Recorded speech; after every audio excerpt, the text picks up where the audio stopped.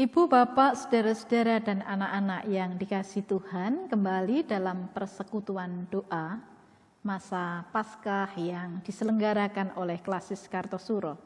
Saat ini kita sudah memasuki hari yang keempat. Mengawali semuanya ini, mari kita hening sejenak dengan menyatakan pengakuan yang demikian.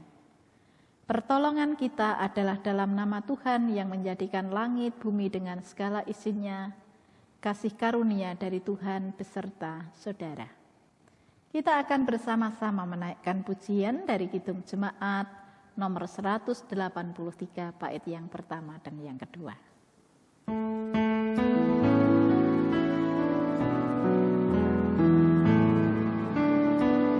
Menjulang nyata atas bukit Karmel, dan berderah salibmu Tuhanku. Dari sinarnya yang menyala-nyala, memancar kasih agung dan restu. Seluruh umat insan menengadah ke arah cahaya kasih yang mesra,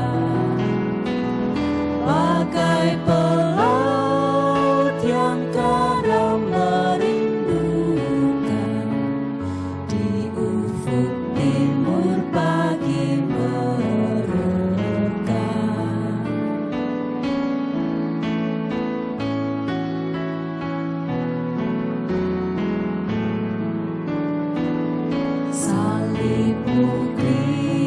Kristus tanda pengasihan,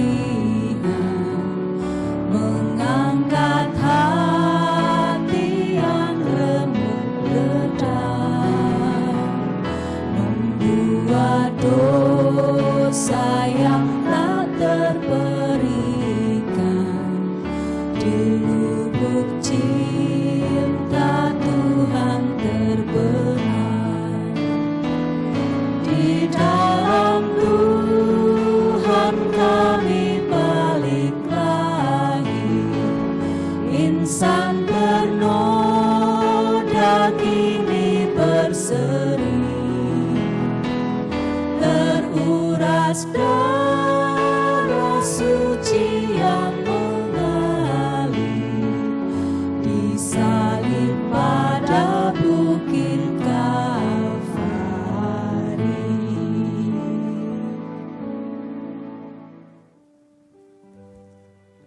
Ibu, Bapak, saudara-saudara, dan anak-anak yang dikasihi Tuhan, sebelum mendengarkan firman Tuhan, mari kita menyatukan hati untuk tunduk di hadapan Tuhan dalam doa. Mari kita berdoa.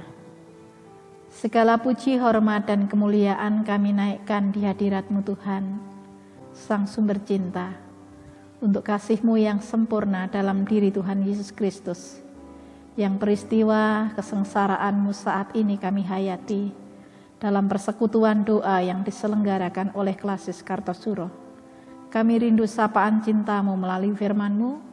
Hadirlah di tengah-tengah kami, kuasai kami dengan Roh Kudus-Mu. Dalam nama Tuhan kami Yesus Kristus kami berdoa. Amin. Sebelum kita mendengarkan firman Tuhan, kembali kita akan naikkan pujian dari NKB 85 bait yang pertama dan yang kedua.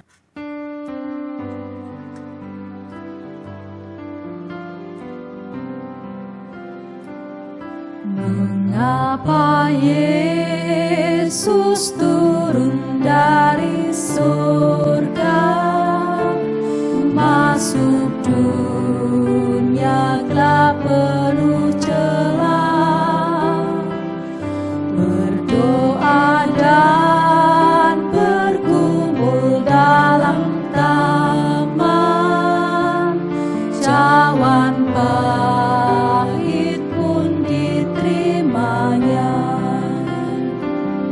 Mengapa Yesus menderita di darat, dan mahkota duri pun dipakainya? Mengapa Yesus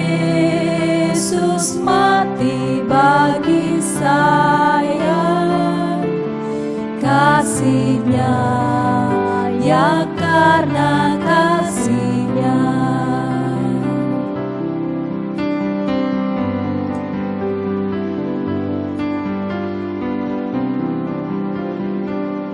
Mengapa Yesus mau pegang tanganku bila ku di jalan yang sesat? Mengapa Yesus beriku kekuatan bila jiwaku mulai berat?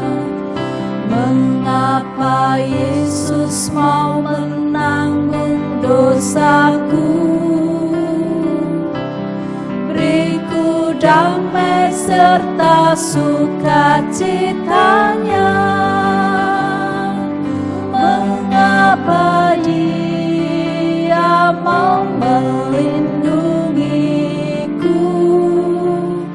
Kasih-Nya, ya karena kasih-Nya.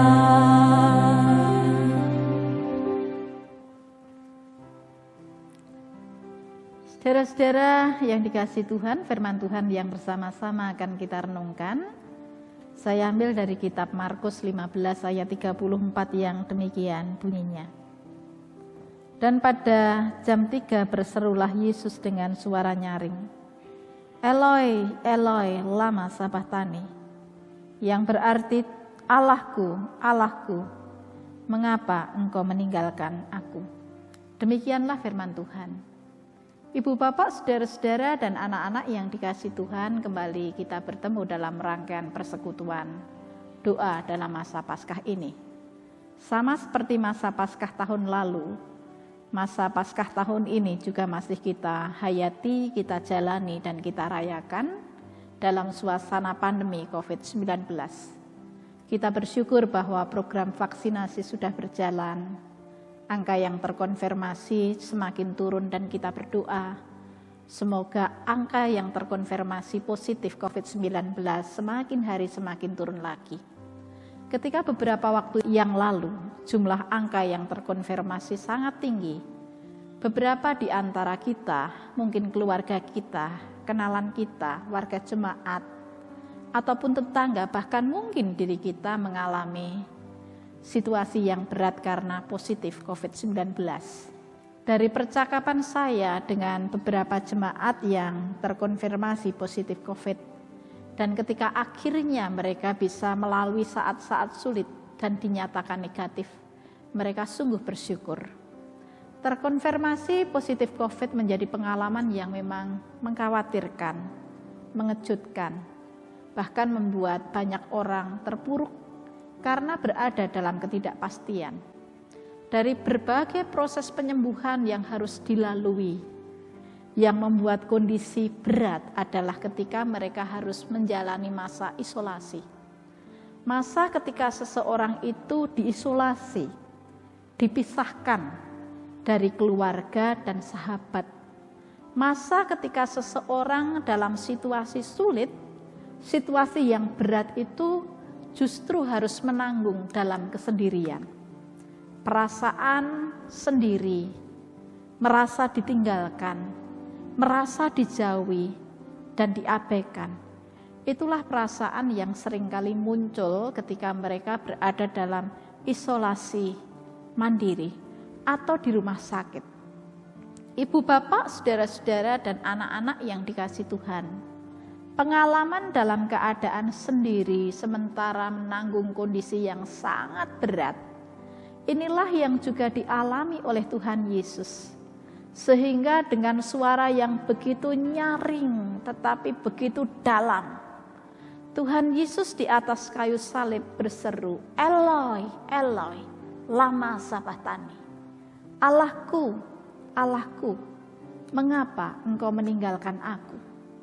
Secara fisik memang Tuhan Yesus mengalami keletihan yang amat sangat. Bagaimana tidak mengalami keletihan secara fisik? Setelah Tuhan Yesus berdoa pada malam hari, tiba-tiba serombongan orang, serombongan pasukan menangkapnya. Dia dikhianati oleh salah seorang muridnya. Dia digelandang dari satu tempat ke tempat lain.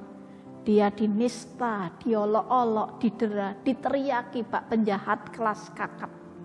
Penganiayaan demi penganiayaan, cambukan demi cambukan, harus ditanggungnya dan tak ada jeda untuk beristirahat meskipun sesaat. Kelelahan dan keletihan fisik dan psikis tentu sangat dirasakan oleh Tuhan Yesus. Namun apakah ini yang membuat Tuhan Yesus berseru dengan suara yang begitu dalam dan nyaring? Eloi, Eloi, lama sabachthani. Teriakan kepedihan yang diucapkan dalam bahasa Aram yang artinya, Allahku, Allahku, mengapa engkau meninggalkan aku? Mungkin karena hal itu, tapi mungkin juga tidak. Sebab bukankah kalau kita perhatikan baik-baik, ucapan Tuhan Yesus yang diucapkan dan merupakan seruan kepedihan ini merupakan ungkapan pengalaman ditinggalkan. Ditinggalkan oleh siapa? Ditinggalkan oleh Bapa. Dan bagaimana mungkin? Sungguh sulit untuk dimengerti bagaimana mungkin Tuhan Yesus ditinggalkan oleh Bapa. Bukankah kalau kita melihat peristiwa sebelumnya, baik peristiwa ketika Tuhan Yesus dibaptis di Sungai Yordan, atau peristiwa transfigurasi Tuhan Yesus berubah sedemikian rupa menunjukkan kemuliaannya, ada ungkapan yang mengatakan dari surga, inilah anak yang kukasihi, kepadanya aku berkenan. Bagaimana mungkin Bapa meninggalkan anak tunggal yang begitu dikasihinya? Bahkan sebelum Tuhan Yesus meninggalkan para murid dan Tuhan Yesus tahu persis itu akan dihadapi, Tuhan Yesus berdoa supaya mereka satu, sama seperti kita adalah satu. Jadi bukankah di dalam doanya itu Tuhan Yesus mengungkapkan bahwa antara Dia dan Bapa itu merupakan kesatuan yang sempurna. Kalau antara Dia dan Bapa merupakan kesatuan yang sempurna, lalu apa yang memisahkan Bapa dengan Tuhan Yesus? Mengapa Bapa meninggalkan Tuhan Yesus? Sehingga Tuhan Yesus mengatakan, Allahku, Allahku, mengapa engkau meninggalkan aku?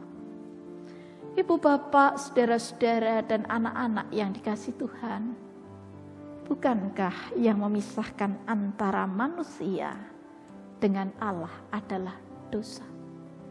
Pertanyaannya, lalu apakah Tuhan Yesus berdosa? Tentu tidak. Tuhan Yesus tidak berdosa. Kitab 2 Korintus 5 ayat 21 mengatakan, Dia yang tidak mengenal dosa, dibuatnya menjadi dosa karena kita, supaya dalam Dia kita dibenarkan oleh Allah. Bukankah di dalam kitab 2 Korintus 5 ayat 21 ini dengan jelas mengatakan, Tuhan Yesus ya manusia sejati, Dia Allah sejati. Dalam kemanusiaannya Tuhan Yesus tidak berdosa, tapi kitalah yang berdosa. Dosa kita yang ditanggungnya. Karena dosa kita, Dia mengalami penderitaan yang begitu dalam seakan-akan tak tertahankan.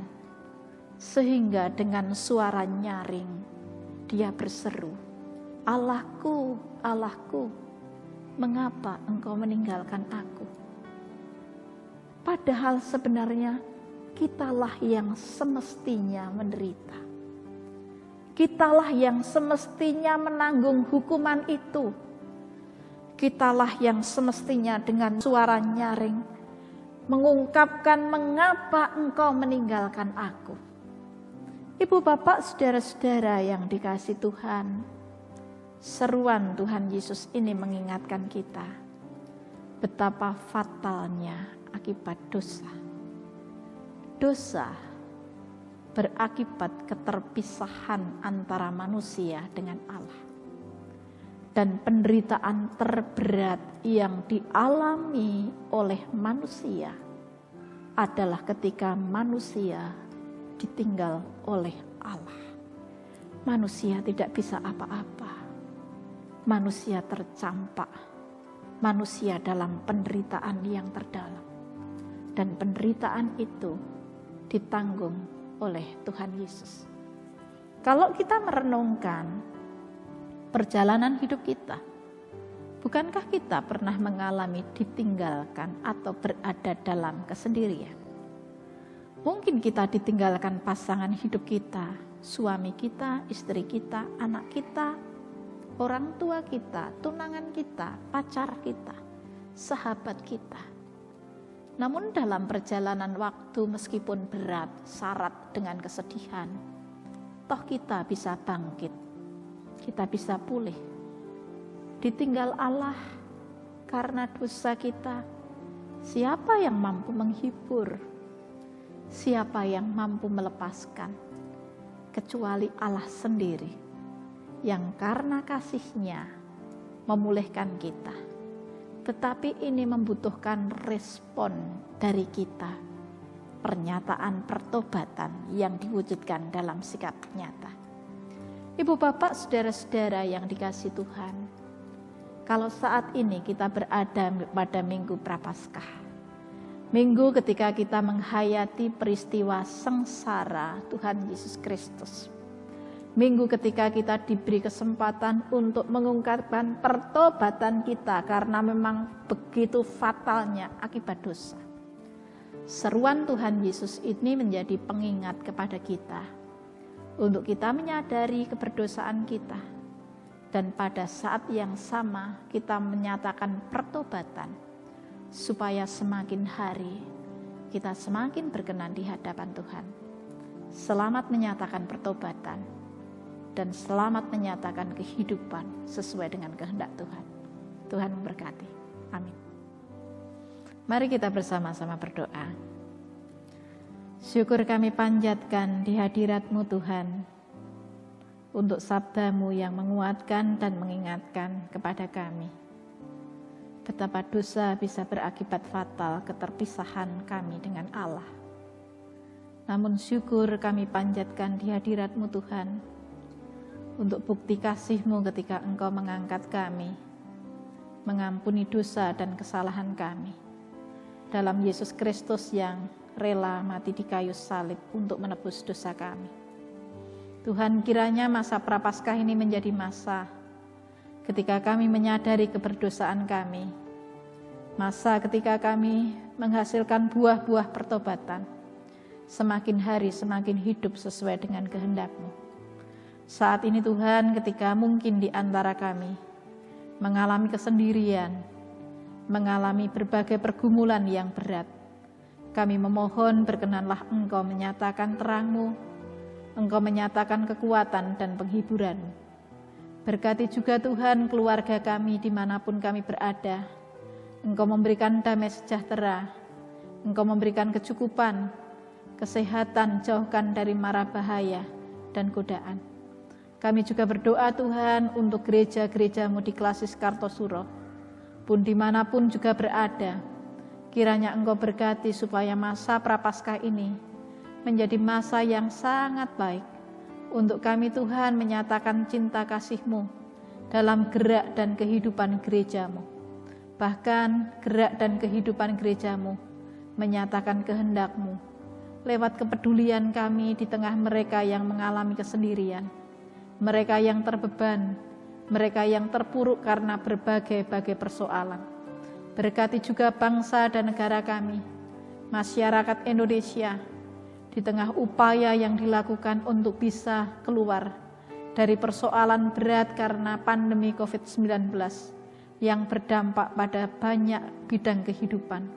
Berkati pemerintah dengan segala usahanya, berkati para nakes, berkati seluruh relawan, dan berkati kami semua supaya bersama-sama dengan menerapkan disiplin dan protokol kesehatan, kami ambil bagian untuk menghentikan rantai penyebaran virus COVID-19.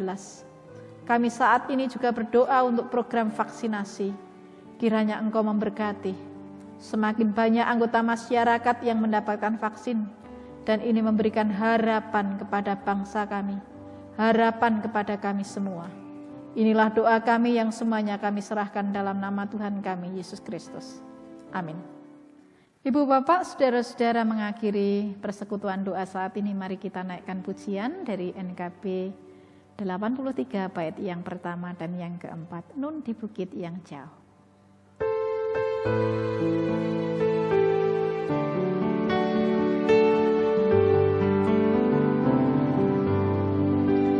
Nun di bukit yang jauh, nampak kayu salib, lambang kutuk nestapa celah. Salib itu tempat Tuhan Maha Kudus menebus umat manusia.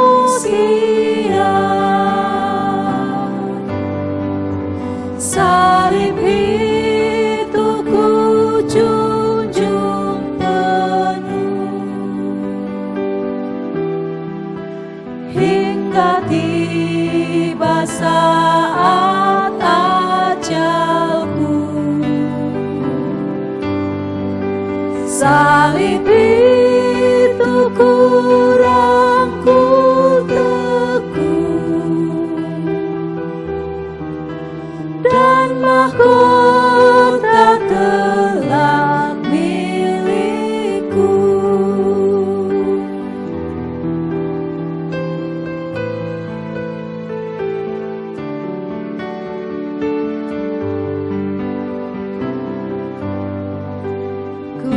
Setia tetap ikut jalan salib, meski diriku pun dicela.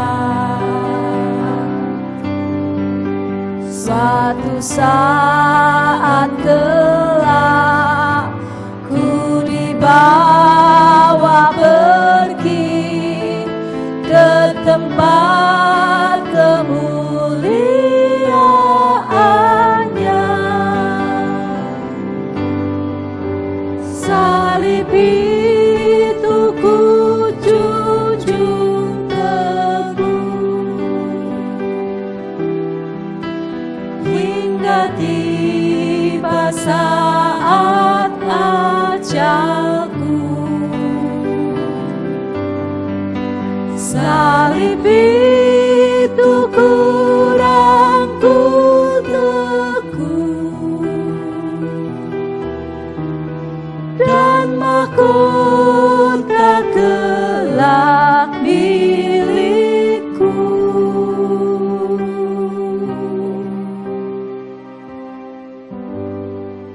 Saudara-saudara, mari kita akhiri dan terimalah berkat Tuhan. Tuhan memberkati saudara dan melindungi saudara.